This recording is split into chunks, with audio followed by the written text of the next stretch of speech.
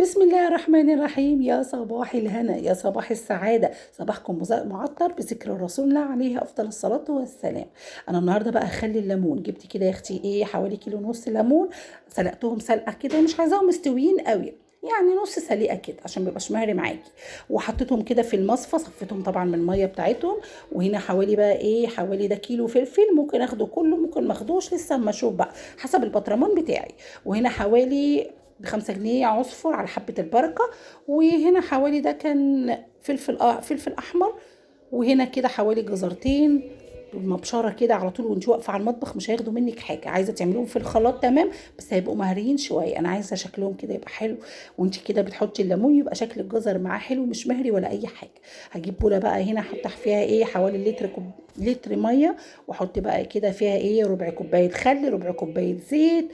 وافضل بقى اقلب تقليبه حلوه. الميه دي هي الاساسيه، الميه دي اللي هخلل بيها الليمون بتاعي. انا مش هخلل بميه الليمون، في ناس كتير بتعملها، بس انا بعمل بطريقه تانية، كل واحد وطريقته. الليمون ده ليه كذا طريقه، ممكن اصلا ما تسلقوهوش وتقطعيه 4 ارباع وتغمزيه كده في حبه البركه والعصفر وتخلليه. بس انا عايزه اعمل ليمون 10 ايام 15 يوم نكون الحمد لله بناكل منه.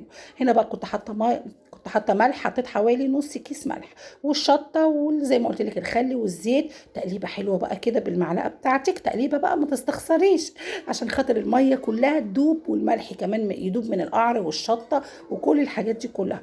انا طبعا غاسله البطرمان بتاعي ومعقماه وزي الفل. انا كنت بخلي الليمون حوالي الساعه 8 الصبح. بحب بقوم بدري كده للتخليلات او للتفريزات. انتوا عارفين طول النهار ما بنبقى في المطبخ، ما بنبقاش فاضيين اصلا ان احنا نعمل حاجه غير المطبخ، اكل وشرب ومواعين وبس كده. التخليلات بقى والتفريزات والحاجات دي بخليها بعد الولاد ما يروحوا المدرسه الصبح، او بالليل بعد بقى ما اخلص حاجه المطبخ وكده. هنا بقى كنت بحط عصفر وحبه البركه زي ما قلت لك، ده دول ب5 جنيه. قد كده والله العظيم، فاض مني كمان.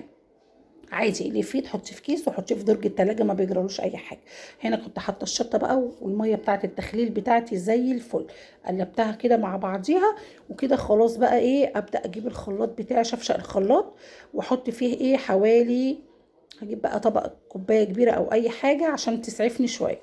احط كده حوالي نص الشفشق من الميه بتاعه التخليل دي. وابدا بقى اجيب الفلفل الاحمر الايام دي كتير قوي يا بنات. هاتي منه هينفعك في اي وقت.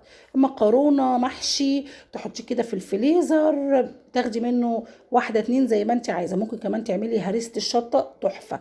هبقى اعملها معاكم ان شاء الله، مفيش استغنى عنها، ومبقاش حراق قوي زي الشطه يعني، ولا بيقرش ولا اي حاجه.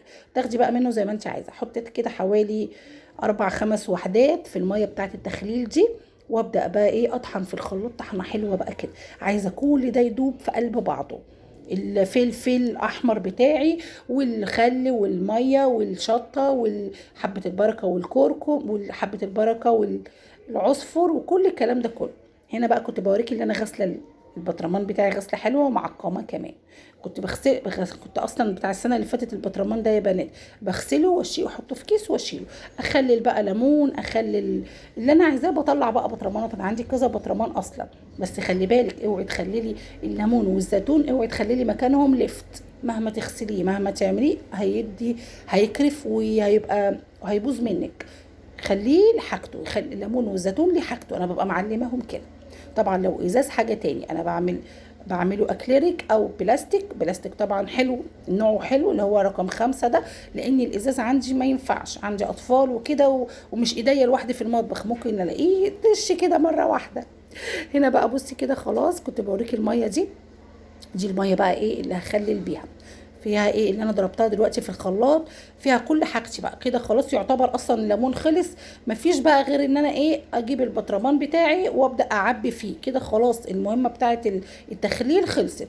خلاص بقى هعبي وهنشوف هنعمل طريقته سهله قوي على فكره. انا جبت بس بطرمان، مش عارفه كان زيتون كان بحاجه و40 جنيه.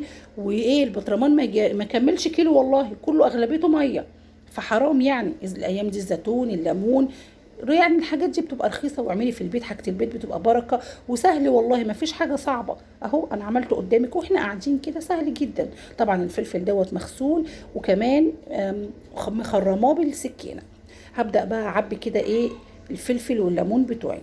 بصي اعبي كده حبه حبه. عبيته خلاص كده، وحطيت الميه تبقى مغطياه يا بنات، وحاطه كمان زيت من على الوش. ليه زيت من على الوش؟ الزيت ده ماده حافظه، لازم تحطيه كده على على الوش كده بتاع الليمون او الزيتون، اي تخليل عندك حطي حبه زيت من على الوش كده، بيبقى ماده حافظه ما يخليهوش يعفن او اي حاجه. طبعا لو فاض منك ليمون او زيتون ما تحطوش تاني في البطرمان، ده غلط جدا بيبوظه. اللي يفيد انت طلعي اصلا على قدك، يعني مثلا النهارده هتتغدوا طلعي كام واحده ليمونه كده. طبعا انت بتبقي عارفه ايه، لانك لو طلعتي كتير ورجعتي تاني تحطيه في البطرمان مش هيبقى حلو، وهيبوظ منك ومش هتحتفظي بيه لاخر حاجه. يعني البطرمان ده ما شاء الله ممكن يقعد كتير، مش صغير على فكره. ده البطرمان ده انا كنت جايبه كيلو ونص غير الحاجات اللي فيه، يعني حوالي 2 كيلو ونص. حلو، هيكفي معاكي اكتر من شهرين كمان، طبعا حسب استعمالك. بس انا بقولك ازاي تحافظي عليه. انا بحطه كده على ترابيزه المطبخ او في المطبخ جنبي على الارض، ما بحطوش ولا في تلاجة ولا اي حاجه، وبيبقى معايا زي الفل. هنا بقى اجيب كيس ولا اي حاجه، ما كانش عندي الصراحه، بس اي حاجه بقى كيس سندوتشات وقطعته كده وحطيته، وابدا بقى ايه، بس كده خلاص كده تمام. اغطي عليه ما يتفتحش الا بعد 10 15 يوم، هتدوقي احلى ليمون مخلل. طريقه سهله وسريعه ونضيف معاكي. مش هنشتري بقى حاجه من بره زي ما اتفقنا، مش عايزين نجيب حاجات من بره خلاص. بصي اصلا لونه تحفه ازاي، الجزر بقى والليمون والفلفل وحبه البركه والعصفر مخلين لونه تحفه. بصي بذمتك انت لو اشتريتيه من بره هتشتريه كده؟ لا طبعا. بره ايه ده حبه ميه بخلي بيعملوه والله العظيم. بصي تحفه ازاي، جميل جدا. لو وصلتي لحد هنا ما تنسيش في اللايك والشير، وقولوا لي بقى المرات الجايه عايزيني اعمل لكم ايه، نعمل ايه بقى، اكلات تفريزات. الايام دي في البنجر ما شاء الله الايام دي رخيص، والفلفل الاحمر دي للتفريزات يا بنات.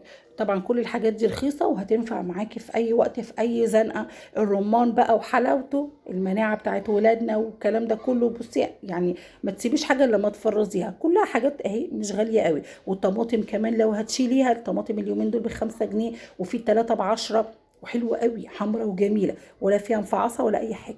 هاتي وشيلي، لان شهر 2 ان شاء الله كل الشتاء ما بتخش عامه الطماطم بتغلى في اشهر كده معينه، الحاجات فيها بتغلى. فطبعا تبقى احنا هنشتري وكل حاجه، بس لما نبقى مخزنين غير لما نبقى مش عندنا حاجه خالص ونبص نلاقي نفسنا عمالين نشتري.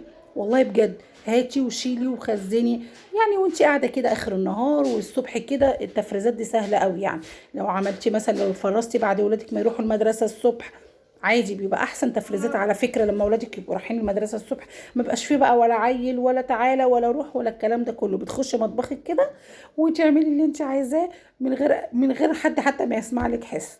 خلاص كده انا عملت معاكم الليمون، وان شاء الله المرات الجايه هنعمل الزيتون والجزر. الجزر الايام دي برده رخيص وحلو، ب5 جنيه تقريبا. هنعمله ان شاء الله مع بعض بطريقه سهله وسريعه. يعني كل المخللات اللي انا بعملها دي ممكن حوالي 10 ايام 15 يوم بالكتير تاكلي منها ويبقى مستوي زي الفل معاكي.